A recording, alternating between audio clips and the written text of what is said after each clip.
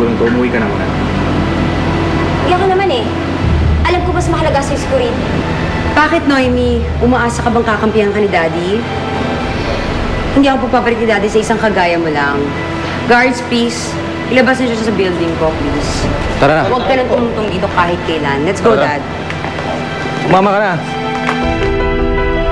Umalis ka na sinabi! Corinne! Hindi, tatawag kami ng polis! Corinne! Na pumasok!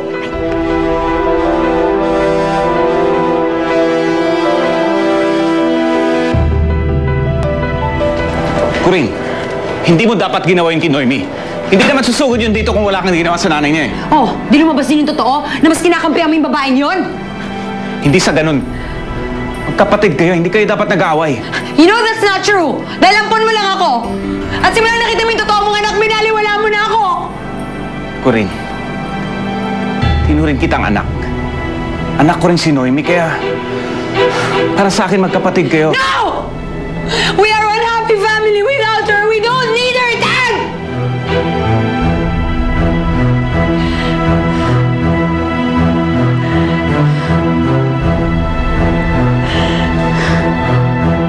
Kapag itinuloy mo yan, ako mismo mananakit sa'yo.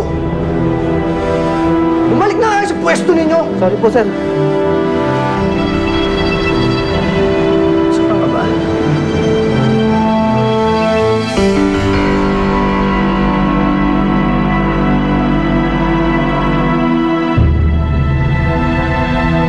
I heard what happened kanina. Sinugod ka daw ng Noemi yun? Oh wait, I'll just go get something in the bar.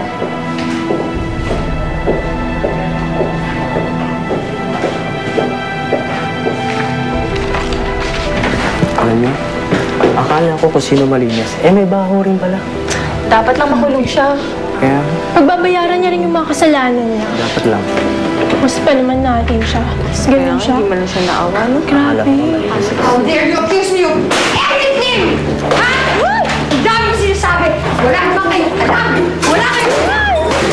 Noemi! Dapat kayo niyo! Tulad din! Kasi wala kayong magawa! Pati na kami! Ano pang ginagawa mo? Wala naman silang ginagawa! Kung ano na sinasabi nila against me! You're not saying anything. What's wrong with you, Corinne?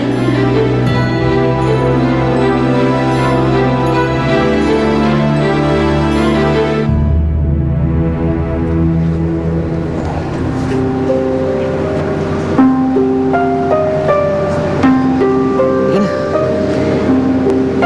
Saan mo ba ako dadalhin?